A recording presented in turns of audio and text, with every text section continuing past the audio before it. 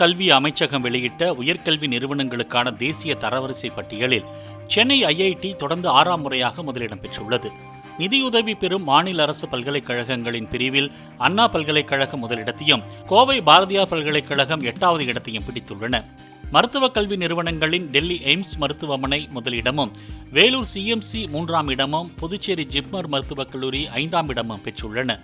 இந்த ஆண்டு புதிதாக சேர்க்கப்பட்ட திறந்தநிலை பல்கலைக்கழகங்கள் பிரிவில் இந்திரா காந்தி தேசிய திறந்தநிலை பல்கலைக்கழகம் முதலிடம் பெற்றுள்ளது.